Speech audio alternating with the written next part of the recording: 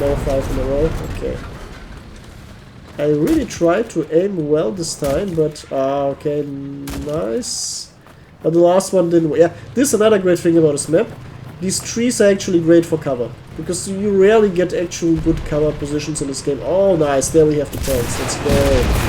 Yep, first one gone. Let's get a second one too. And oh my, where did these Americans come from? I saw like 2 Americans, but now it's like 10. And only because a few of them already left on the left side. Yo, what's up? With the upcoming Bomber update and weeks of high BR gaming, since all the editions are high BR, I decided to do one last low BR game. We are playing here the best BR of Enlisted, BR2 with Germans. And I got a nice illustrious army composition here with a few fancy squads. Most notably a little stuck. Let's see if we get a good moment to use him.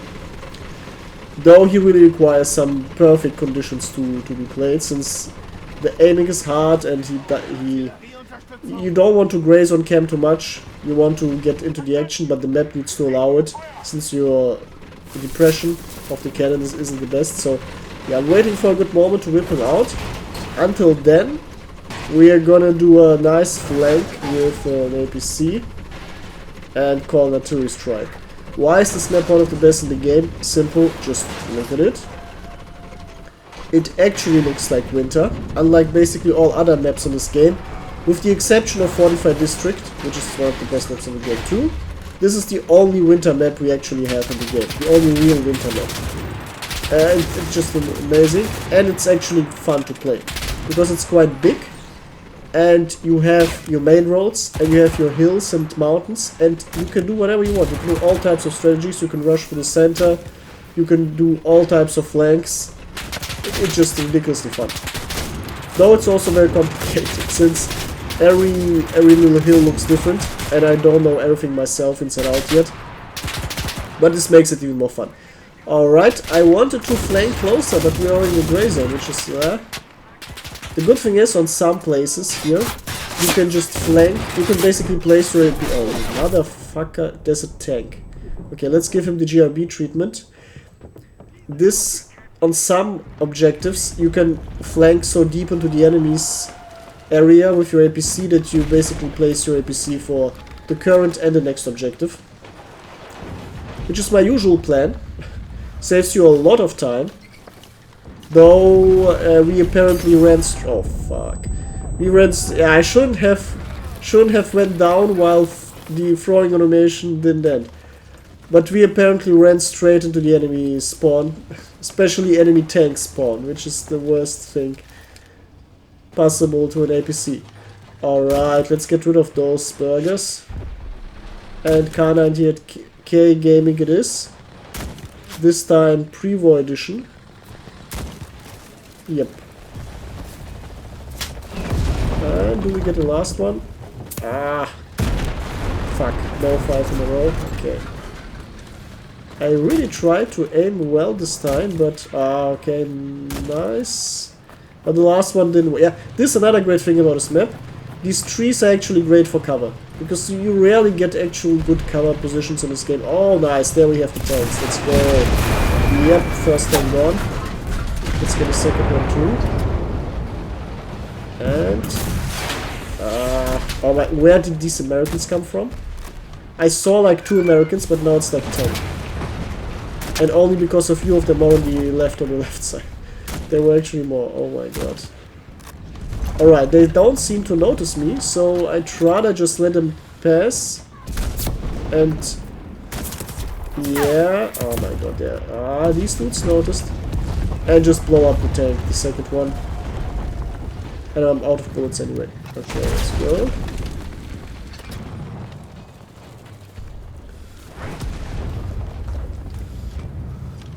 Come on, where are you? Okay. Oh, okay, he exploded. Yeah, I guess he was already burning, or did too much damage. Alright, in case we don't capture and another tank comes up, I dropped a good mine here. Oh no. The Enfield is objectively speaking a good weapon, really good with 10 bullets, but the sights are just pure annoyance. Alright. Ah, yeah, okay, whatever. Alright. Yeah, that's quite a good payout for one squad. Alright, what do we take? Yeah, here's the problem. This map rotates the spawns very late. Sometimes I remember wait for like 20 seconds and it still doesn't change. And then you have to run for 250 meters, which is just stupid. So yeah, this is a perfect moment to take a plane. Because in the air you don't mind 100 more meters, but on the ground you definitely mind running around 100 more meters and getting sniped or nonsense like that. Also a good way to clear out the sky. Also for a good opportunity to get the historically accurate Stuka gaming in. Alright, and let's drop the bombos. One kill? That's not why we have 5 bombs. Alright. By the way, last time we're playing with uncontrolled bomb release. Likely tomorrow we'll be able to drop every single bomb separately. Which at the moment, okay, whatever, I'm dying. Yeah, I was too greedy with the dive, but now we actually can, yeah, playing infantry is better anyway now. From tomorrow likely onwards you can release every bomb separately, also for rockets, which is going to be very good. The Stuka doesn't really care because it's actually quite perfect to release 250s and then 250s again and then the heavy bomb. You see, this is why you don't want to spawn far away. You're getting fucking sniped by people who are since 5 minutes still on the old objective. Yeah, I don't even see them. Like, the Stuka doesn't care, but other planes care, especially planes who only have 2 bombs and are forced to release them at once. There's also the BR2 Stuka with 3 heavies, and I think it used to release them 1 and 2, but you definitely couldn't release them separately, all 3, but now you can.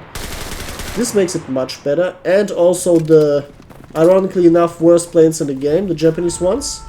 Worst because they are A, very underpowered, and B, usually take off from carriers, which is just a stupid game mechanic. Intelligent would be to have them start in the air and have the carriers as an option. But no, you're forced to use the carriers, which is annoying. And these Japanese planes, who are already underpowered and already nerfed, they also oftentimes, the few theoretically good ones, like the B5 and something, he comes with 2 heavy bombs, I think. But you have to drop them at once. Now, this plane has many other downsides too. But if you could release the heavy bomb separately, he would actually be useful. He would actually, so I can't wait to use this plane in the future. Though, I recommend everyone to well, play BR4 or 5 in the coming days. Because people are gonna be hardcore into BR5 with all of the new stuff. And if you play BR3, well, BR1 and 2 is also playable, obviously. But if you queue with BR3, you will be very often put into BR5 games, which is... Oh, nice roll! These dudes, perfectly round up. Yeah. I need that cover though. Yeah. MG13 gaming, it is. This weapon is actually really good. Like for low BR, 25 bullets with quite moderate recoil and quite okay fire rate. Yeah, this is actually a very reliable machine gun. I would say it's the second best of low BR. Because the best one is obviously the Japanese one of the scope. Which is just supreme. But this one, overall really good. I recommend to duel with a ZB, since the ZB has an insane fire rate, and if you're up against, oh my god, if you're fighting very close up, Or if you're up against some sweat lords who are aiming ridiculously fast, a fast firing weapon is the best we can have. Alright, let's get rid of those here. Yep, thank you too. Where is the American? Oh, the Brit Bonk? Yeah, these are Brit Bonks. Okay, Brit Bonks and Americans. Yeah, this American disappeared. Strange. Alright, yeah, if you're up against those, you want to obviously change your strategy. Like if you're fighting flexibly, if you always adapt the strategy to your enemy, there's basically nothing that can defeat you, except for extremely imbalanced situations.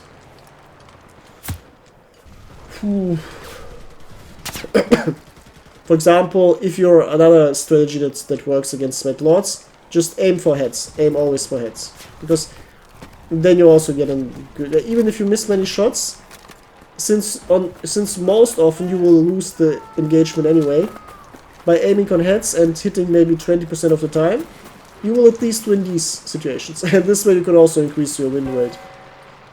So yeah, many nice strategies possible. Oh, that's a Seagull. Can we get a very nice random shot by good old Traugott? Which is, I'm keeping this dude since I started playing the game. I remember him from the Moscow campaign. He was one of my first soldiers. Yeah, this is too far away. I basically won't be able to hit him anymore. Okay, yeah, let's... Okay, Traugott saved the day. Ah, this objective is so annoying, since people can camp upstairs, they can camp in the corners, they can camp anywhere. You basically need grenades for this. It's completely nonsensical to rush in without. But we don't have grenades anymore. Or grenade launchers. Just that's why you need grenade launchers. Just if people are camping like these fucks up there, just shoot grenade launchers upstairs, and they quickly gonna rethink crowding up, and we'll start scattering. Alright. Okay, let's do the John Wick.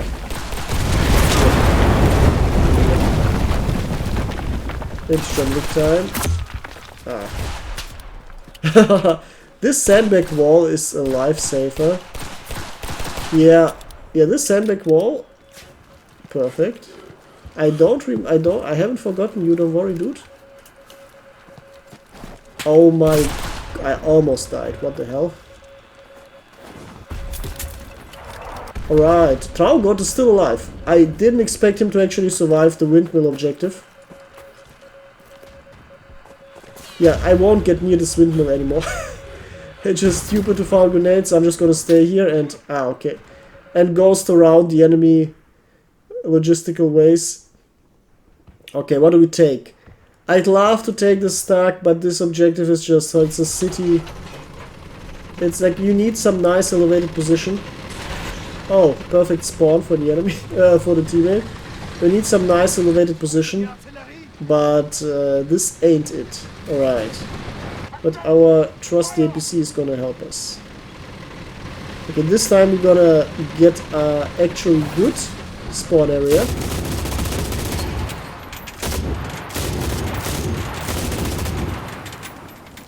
Yeah, this overheating is annoying as hell. Especially since the overheating doesn't take outside temperature into account. Which should definitely benefit us by 1 or 2 seconds here.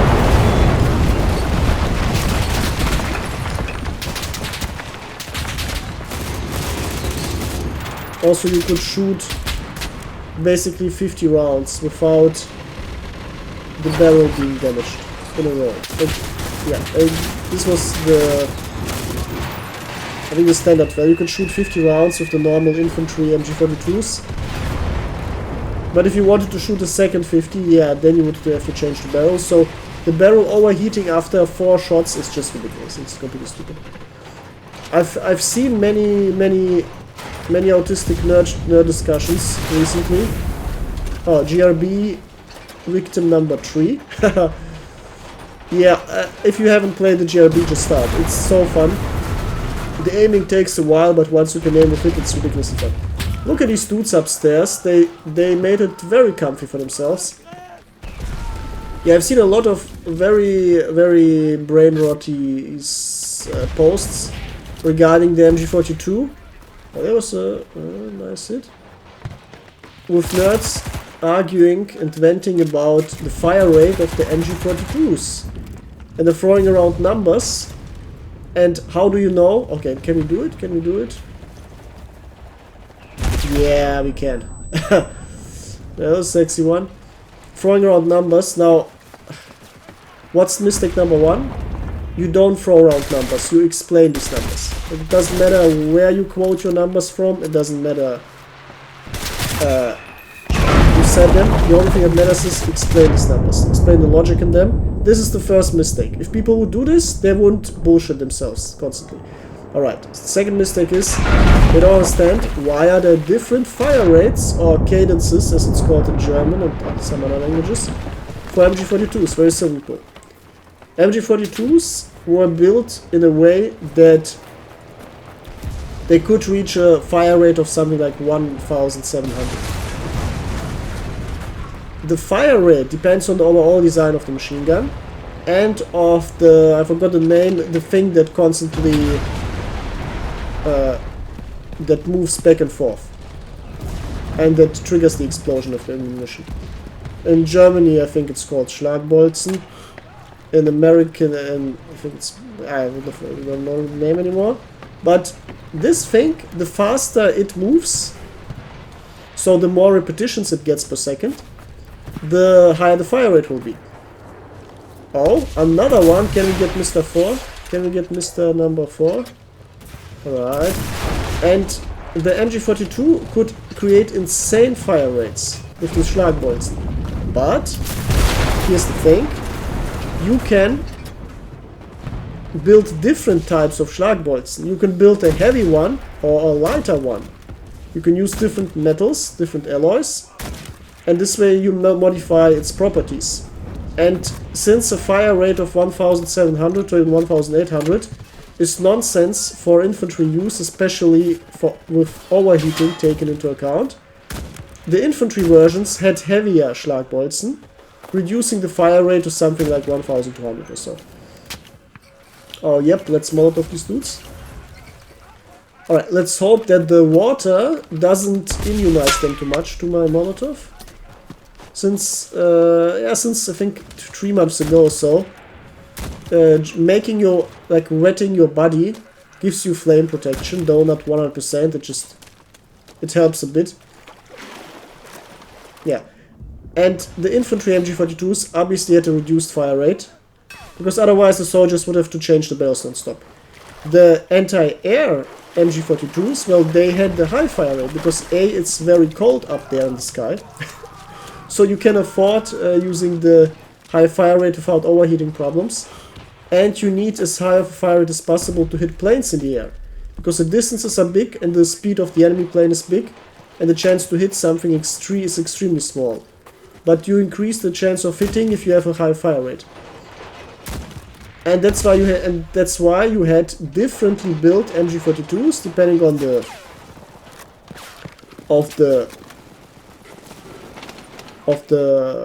units they were intended for.